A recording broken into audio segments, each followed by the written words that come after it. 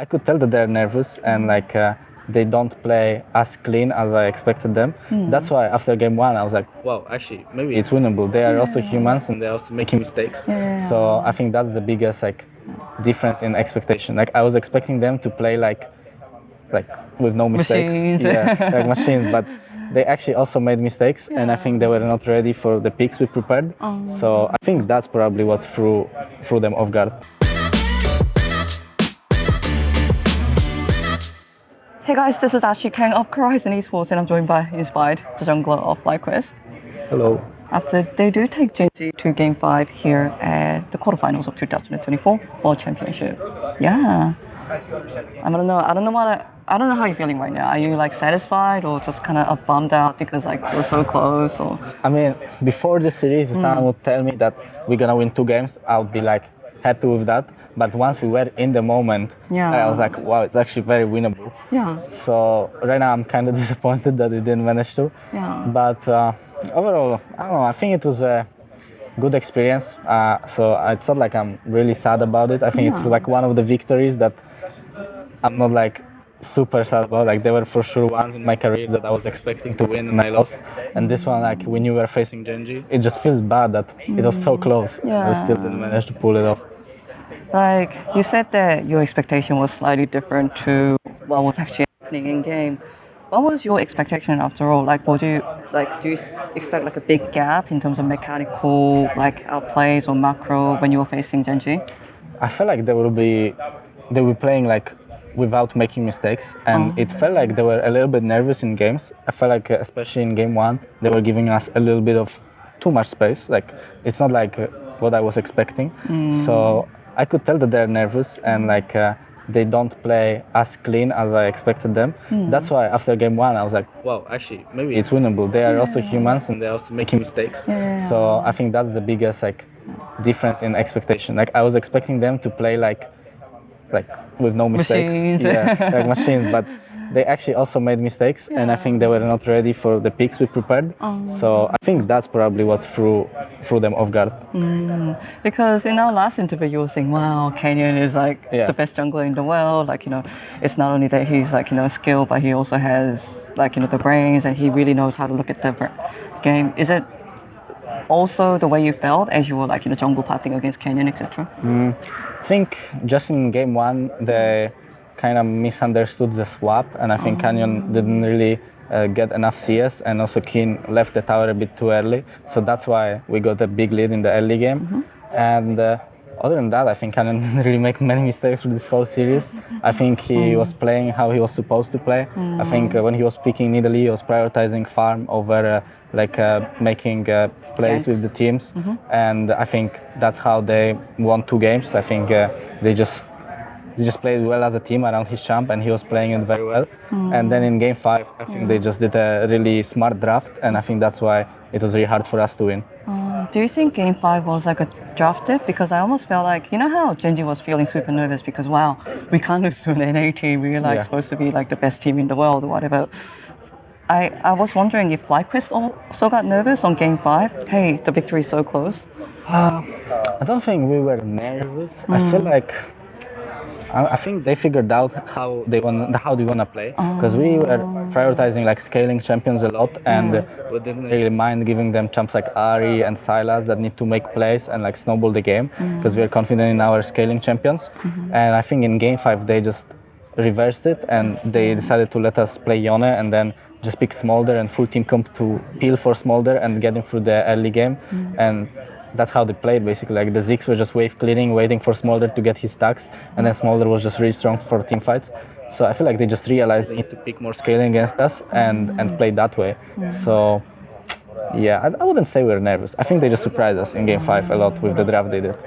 Tell me about Fiddlesticks, because I know that you used to play that a lot back in Rogue Days. Wow, you used to play in Rogue Days as like ancient, many years ago. But I'm gonna be honest, I almost forgot what that champion does. I kind of know, but also, you know what I mean? Yeah, I mean, we picked it because I think once we see Smolder, we knew that we have to kill Smolder somehow, and we already have first pick Yon, which is 80 champ, so it's better if we pick an AP jungler.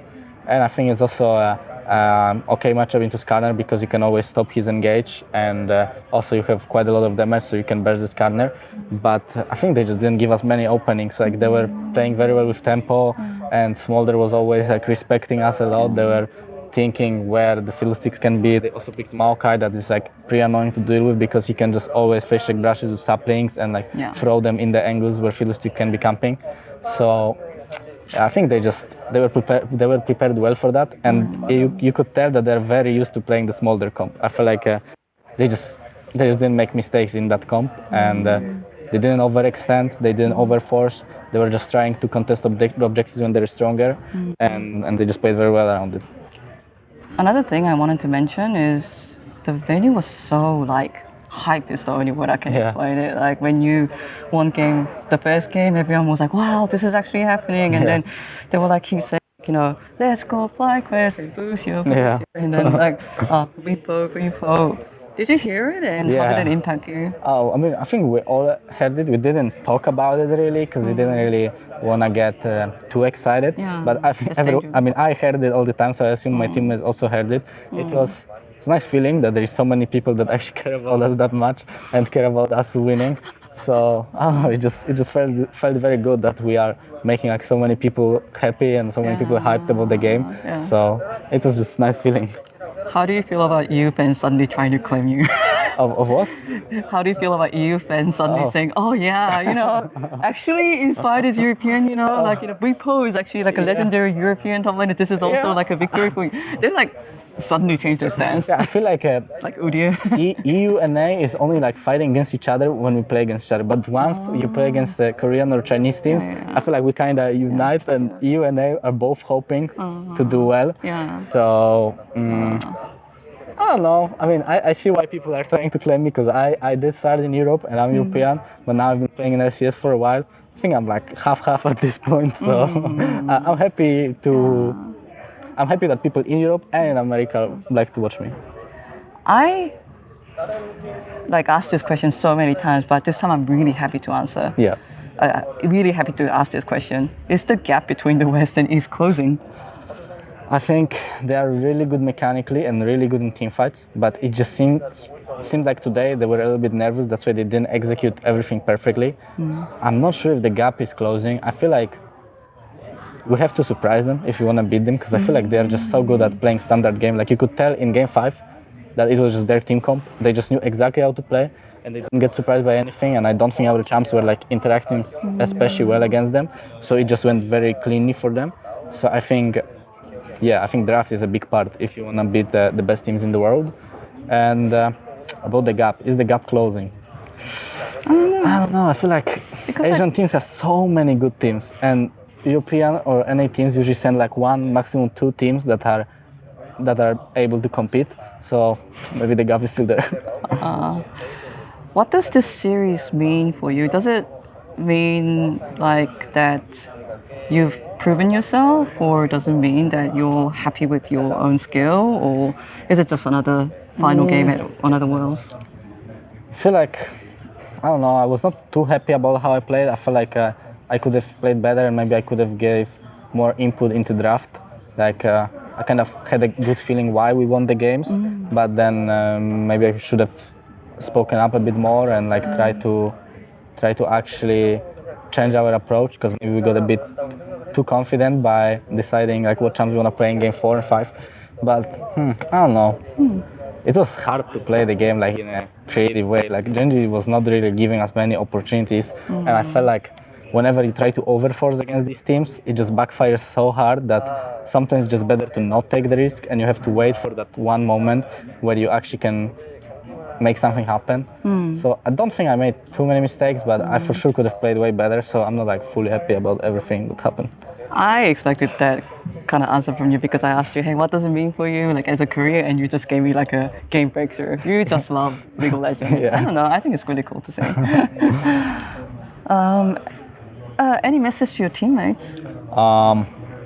I'm proud of everyone. Everyone did really good, and especially Massu and Bwipo. Like, I feel like Bwipo was so confident in game 1 on his Alistar engages, and Massu, especially on the Kaisa game, he played so well. Like that fight that turned around the game. Like, Bwipo died, and he was saying that it's looking bad and we should back. And Massu just kept saying in comms that it's still winnable, it's still winnable, and then we just aced them. So yeah, I'm really proud of how they played, and yeah, that just shows us a lot of like hope for future, that maybe next Worlds will be where we will be able to show that we are like one of the best teams in the world. Yeah, even today I'm just like, it's crazy to think if you won like one more team fight, maybe if you didn't touch the Blastcon or something like that, you could actually be preparing for T1 as semi-finals. Yeah. Isn't that crazy? That would be so crazy. Yeah. Like, I mean, we didn't want to have loser mentality, but like we all knew that it's so unexpected to win 3 games against Gen.G, like the best team in the world, in my opinion. But it was so close. Like, yeah, it feels a bit sad now, but this is what it is. Yeah, and I just want to add another thing is like when European or Western teams will say, hey, this is winnable, people come and blame them so much. Oh, stop the copium. Yeah. Like, you know, hey, like you guys are delulu. But I really feel like you need to lose that loser's mentality in order to have a chance to beat them. What do you think? Yeah, I think so, but you also need to be realistic. Like, I feel like if you just go and say that we will beat them, like playing the game they play, like I think they're practicing, they know what they practice. So I think you need to be realistic that they are better on some champs than we are, and on some comps that we have to find like an edge in a different way. And I think draft is a part where we can get an edge over the best teams. So I think you have to have a good mix of knowing your limits and also being confident enough to beat those teams.